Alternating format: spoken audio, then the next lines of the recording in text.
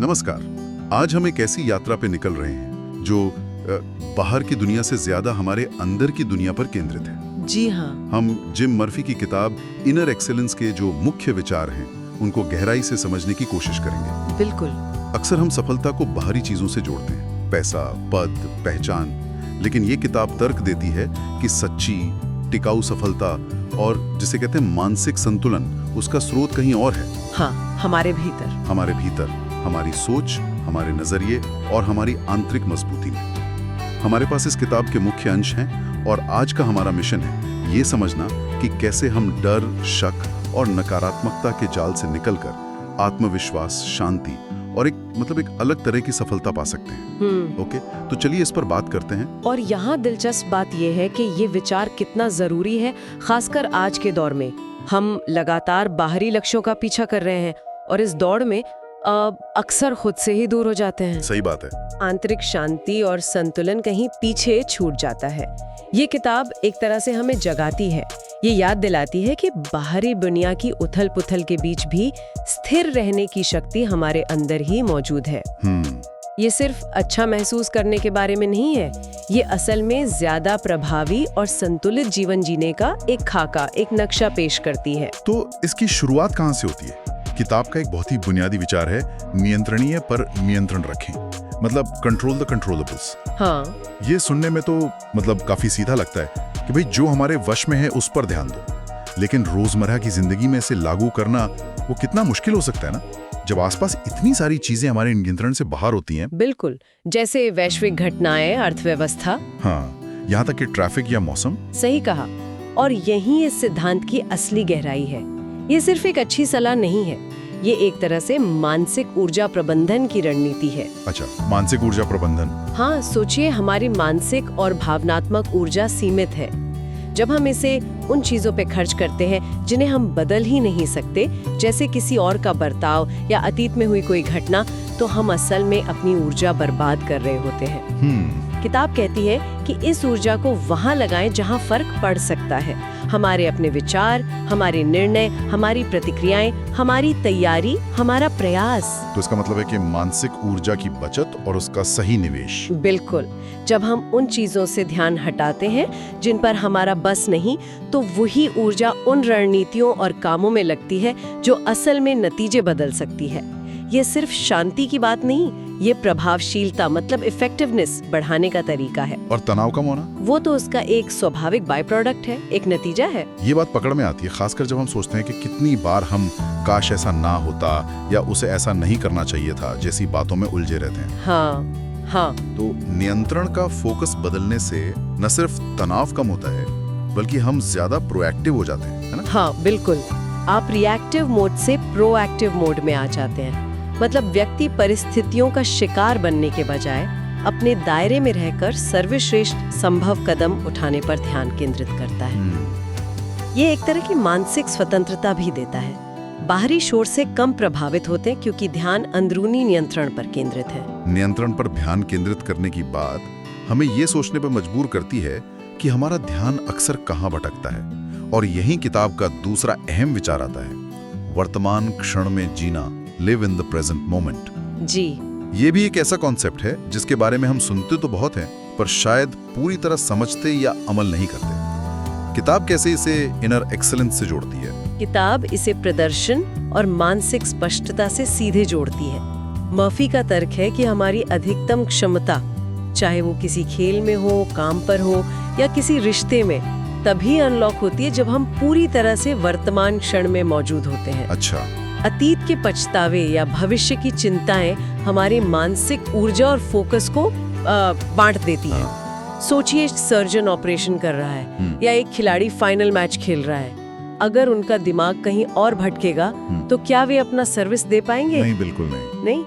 यही सिद्धांत जीवन के हर पहलू पर लागू होता है। जब हम पूरी तरह वर्तमान में होते हैं तो हमारा दिमाग साफ होता है, हम ज्यादा ध्यान केंद्रित कर पाते हैं और बेहतर निर्णय ले पाते हैं। और इसे आजकल माइंडफुलनेस से भी जोड़ा जाता है ना? क्या किताब इस पर कुछ कहती है? हाँ, ये मूल रूप से माइंडफुलनेस या सचेतनता का ही एक व्यवहारिक अनुप्रयोग है। माइंडफुलनेस का मतलब ही है बिना किसी जजमेंट के जानबूझकर अपने ध्यान को वर्तमान क्षण पर टिकाने का अभ्यास। किताब इसे सिर्फ एक आध्यात्मिक अभ्यास के तौर पर नहीं देखती, बल्कि प्रदर्शन और मानसिक मजबूती बढ़ाने के एक टूल के रूप में देखती है। एक टूल की तरह। हाँ, जब आप वर्तमान में होते हैं तो आप स्थिति का ज्यादा सटीक आकलन कर पाते हैं, भावनाओं से अभिभूत हुए बिना प्रतिक्रिया दे पाते हैं और उपलब्ध जानकारी का बेहतर इस्तेमाल कर पाते हैं। अतीत जा चुका है, उसे बदला नहीं जा सकता। भविष्य अनिश्चित है, उसकी चिंता करने से वर्तमान हाथ से निकल जाता है। असली शक्ति इसी पल में है। ये सुनने में तो बहुत शक्तिशाली लगता है, पर असल जिंदगी में जब दबाव हो या कुछ अनपेक्षित हो जाए, तब वर्तमान में टिके रहना एक चुनौती हो सकता है। निश्चित रूप से ये एक कौशल है जिसे अभ्यास से विकसित करना पड़ता है। किताब भी यही कहती है कि ये रातों रात नहीं होता, ये एक सचेत चुनाव है, बार बार अपने ध्यान को वापस वर्तमान पर लाने का प्रयास। मतलब कोशिश करनी पड़ती है। हाँ, छोटी शुरुआत करनी होती है, जैसे किसी काम को करते समय पूरी तरह उसी पर ध्यान देना, या दिन में कुछ मिनट सिर्फ अपनी सांसों पर ध्यान केंद्रित करना। धीरे धीरे ये आदत बनती है और दबाव की स्थितियों में भी शांत और केंद्रित रहने की क्षमता बढ़ती है। और शायद इसी क्षमता से जुड़ा है किताब का तीसरा मुख्य विचार, जो मुझे व्यक्तिगत रूप से बहुत दिलचस्प लगा। डर बनाम विश्वास, फियर वर्सेस फेथ का द्वंद्व। ये सिर्फ धार्मिक विश्वास की बात नहीं है ना? नहीं, बिल्कुल नहीं। यहाँ विश्वास का अर्थ है खुद पर, अपनी क्षमताओं पर और प्रक्रिया पर भरोसा रखना, खासकर तब जब परिणाम अनिश्चित हो। अच्छा। किताब कहती है कि डर एक स्वाभाविक मानवीय भावना है। यह हमें खतरों से आगाह करता है। समस्या तब होती है जब डर हमें पंगु बना देता है, हमें जोखिम लेने से या अपनी पूरी क्षमता तक पहुंचने से रोक देता है। बल्कि डर के बावजूद विश्वास को चुनने का है। डर हमें बताता है क्या गलत हो सकता है, जबकि विश्वास हमें याद दिलाता है क्या सही हो सकता है और हमें उस दिशा में कदम उठाने की प्रेरणा देता है। लेकिन व्यावहारिक रूप से डर महसूस होने पर उस विश्वास को चुनना कैसे संभव होता है, खासकर जब स्थिति वाकई अनिश्चित हो या शायद अतीत में असफलता मिली हो? यह एक महत्वपूर्ण सवाल है। किताब इसके लिए कुछ रणनीतियां सुझाती है। पहली, डर को पहचानना और स्वीकार करना, उसे दबाने की कोशिश न करना। उसे मानना कि हाँ, डर लग रहा है। हाँ। दूसरी, डर के स्रोत को समझना, क्या यह वास्तविक खतरे पर आधारित है या सिर्फ मन की उपज है। तीसरी, अपना फोकस बदलना, डर हमें नकारात्मक संभावनाओं पर ध्यान केंद्रित करवाता है। विश्वास का चुनाव करने का मतलब है सचेत रूप से अपना ध्यान सकारात्मक संभावनाओं, अपनी तैयारी, अपनी ताकतों और सीखने के अवसरों पर केंद्रित करना। यह एक मानसिक बदलाव है, एक मेंटल शिफ्ट। हाँ, डर एक भावना है, विश्वास एक चुनाव है। किताब जोर देती है कि हम हमेशा ये चुनाव कर सकते हैं कि किस आवाज को ज्यादा महत्व देना है। तो ये डर को अनदेखा करना नहीं है, बल्कि उसे एक अलग नजरिए से देखना है, उसे एक सिग्नल की तरह इस्तेमाल करना, न कि एक स्टॉप साइन की तरह। बिल्कुल। डर आपको बता सकता है कि शायद और तैयारी करने की जरूरत है या किसी चीज पर ज्यादा ध्यान देना होगा, लेकिन ये जरूरी नहीं कि वो आपको पूरी तरह रोक दे। विश्वास आपको उस डर के साथ आगे बढ़ने की हिम्मत देता है। ये आंतरिक संवाद को बदलने जैसा है। मैं असफल हो सकता हूँ उसे, मैं इसे संभाल सकता हूँ और अगर असफल हुआ तो सीखूंगा। ये आंतरिक संवाद बदलने की बात हमें अगले विचार पर लाती है, स्पष्टता और सरलता, क्लैरिटी एंड सिंप्लिसिटी। अक्सर हम अपनी ही सोच में उलझ जाते हैं, चीजों को जरूरत से ज्यादा जटिल बना देते हैं। किताब कैसे कहती है कि स्पष्टता और सरलता हमें बेहतर बनाती है? किताब का तर्क है कि बाहरी दुनिया अक्सर उतनी जटिल नहीं होती जितना हमारा मन उसे बना देता है। हमारी अपनी चिंताएं, धारणाएं, विश्लेषण और विकल्पों की अधिकता मिलकर एक तरह की मानसिक अव्यवस्था पैदा कर सकती हैं। मेंटल क्लटर जिसे कहते हैं। हाँ, दिमाग में बहुत कुछ चलता रहता है। वही, ये मानसिक अव्यवस्था यानी जब दिमाग में एक साथ बहुत सारे अधूरे विचार, चिंताएं या सूचनाएं घूम रही हों, हमारी निर्णय लेने की क्षमता को धुंधला कर देती है।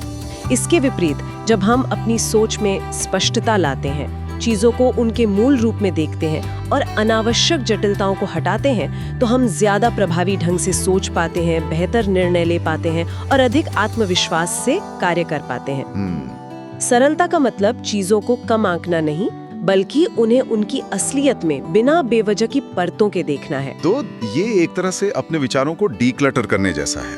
जैसे हम अपने घर या डेस्क को साफ करते हैं, वैसे ही अपने दिमाग को साफ करना। हाँ, ये एक अच्छी उपमा है। मानसिक स्पष्टता का मतलब है ये जानना कि क्या महत्वपूर्ण है और क्या नहीं, अपने लक्ष्यों को साफ तौर पर समझना और अपनी प्राथमिकताओं को निर्धारित करना। ठीक है। जब दिमाग में स्पष्टता होती है तो बाहरी भटकावों से कम प्रभावित होते हैं और अपनी ऊर्जा को सही दिशा में केंद्रित कर पाते हैं।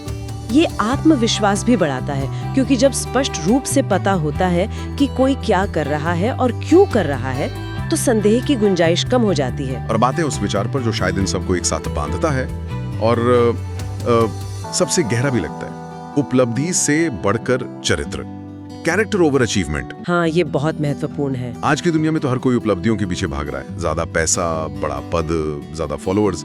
किताब क्यों कहती है कि चरित्र ज्यादा महत्वपूर्ण है? क्योंकि उपलब्धियां क्षणिक हो सकती हैं, बाहरी मान्यता बदल सकती है, लेकिन चरित्र स्थायी होता है। ये वो नींव है जिस पर किसी का पूरा जीवन टिका होता है। किताब तर्क देती है कि ईमानदारी, सत्यनिष्ठा, धैर्य, अनुशासन, सहानुभूति जैसे गुण ही असल में इनर एक्सीलेंस के परिचायक हैं। ये गुण न केवल सफलता हासिल करने में मदद करते हैं, बल्कि वे ये भी निर्धारित करते हैं कि उस सफलता को कैसे संभाला जाता है और असफलताओं से कैसे सीखा जाता है। अच्छा।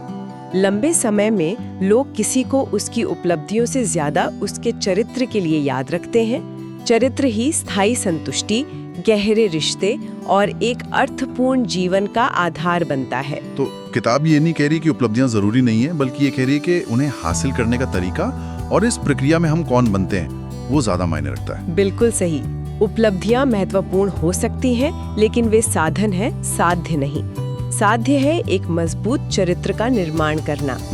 मर्फी, जो एथलीट्स और कॉर्पोरेट लीडर्स के साथ काम करते हैं, उन्होंने देखा है कि जो लोग चरित्र को प्राथमिकता देते हैं वे अक्सर ज्यादा टिकाऊ सफलता पाते हैं और मुश्किल समय में भी ज्यादा मजबूती से खड़े रहते हैं। यह आंतरिक संतुष्टि देता है जो किसी भी बाहरी इनाम से कहीं बढ़कर है।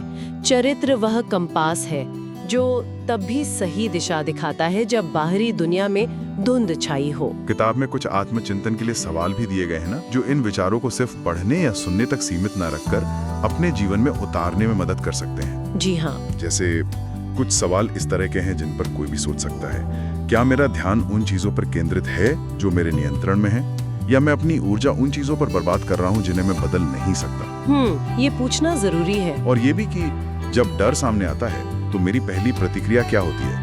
क्या मैं उसे एक बाधा के रूप में देखता हूँ या उसमें छिपे अवसर या सीखने के संकेत को पहचानने की कोशिश करता हूँ? हाँ। और एक और, मैं अपना कितना समय वास्तव में वर्तमान क्षण में बिताता हूँ? क्या मेरा मन अक्सर अतीत की घटनाओं या भविष्य की योजनाओं में उलझा रहता है? और इन सवालों की खूबी ये है कि ये आपको सीधे आपके अपने अनुभवों और व्यवहारों पर सोचने के लिए मजबूर करते हैं। ये सिर्फ थ्योरी नहीं रह जाते, बल्कि आत्म मूल्यांकन के व्यावहारिक उपकरण बन जाते हैं। Practical tools. हाँ, नियमित रूप से खुद से ये सवाल पूछना हमें अपनी प्रगति को ट्रैक करने, अपने पैटर्न को समझने और सचेत रूप से बदलाव लाने में मदद कर सकता है।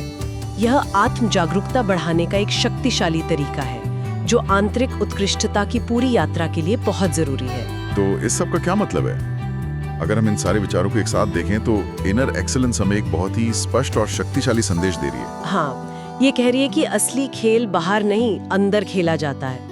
स्थायी सफलता, शांति और संतुलन का रास्ता बाहरी परिस्थितियों को बदलने की कोशिश करने से उतना नहीं निकलता जितना अपने आंतरिक नजरिए और प्रतिक्रियाओं को साधने से निकलता है। बिल्कुल। नियंत्रणीय पर नियंत्रण, वर्तमान में जीना, डर पर विश्वास चुनना, स्पष्टता और सरलता अपनाना और चरित्र को उपलब्धि से ऊपर रखना, ये सिर्फ अच्छे विचार नहीं बल्कि एक मजबूत और संतुष्ट जीवन जीने के व्यावहारिक सिद्धांत हैं। बिल्कुल। और ये समझना महत्वपूर्ण है कि ये सिद्धांत अलग-अलग नहीं है, बल्कि एक दूसरे से जुड़े हुए हैं। जैसे जब आप वर्तमान क्षण में जीने का अभ्यास करते हैं तो आपको अपने विचारों और प्रतिक्रियाओं पर ज्यादा नियंत्रण मिलता है। हाँ, वो जुड़ाव दिखता है। हाँ, जब आप स्पष्टता विकसित करते हैं तो डर का सामना करना आसान हो जाता है, और जब आप चरित्र को प्राथमिकता देते हैं तो बाहरी सफलताओं या असफलताओं का आप पर कम असर होता है। ये सब मिलकर एक आंतरिक ढांचा तैयार करते हैं जो जीवन की चुनौतियों का सामना करने और अवसरों का लाभ उठाने में सक्षम बनाता है। ये समग्र कल्याण मतलब होलिस्टिक वेलबीइंग की ओर ले जाता है, एक ऐसा जीवन जो न केवल बाहरी रूप से सफल हो बल्कि आंतरिक रूप से भी शांत, संतुलित और अर्थपूर्ण हो। और जैसा कि किताब इशारा करती है, ये दृष्टिकोण सिर्फ व्यक्तिगत जीवन के लिए ही नहीं बल्कि लीडर्स, प्रोफेशनल्स, एथलीट्स, हर उस व्यक्ति के लिए बेहद उपयोगी है जो अपने क्षेत्र में उत्कृष्टता हासिल करना चाहता है, लेकिन सिर्फ नतीजों की कीमत पर नहीं। सही कहा। ये उन लोगों के लिए है जो समझते हैं कि अंदर की दुनिया को संवारे बिना बाहरी दुनिया में सच्ची और टिकाऊ कामयाबी हासिल करना मुश्किल है। और अंत में एक विचार जिस पर शायद आगे मनन किया जा सकता है, ये सोचने वाली बात है कि इन आंतरिक सिद्धांतों पर लगातार, चाहे कितने भी छोटे क्यों ना हो, कदम उठाने से समय के साथ हमारे बाहरी जीवन में कितने बड़े और शायद अप्रत्याशित सकारात्मक बदलाव आ सकते हैं। छोटे कदम, बड़े बदलाव।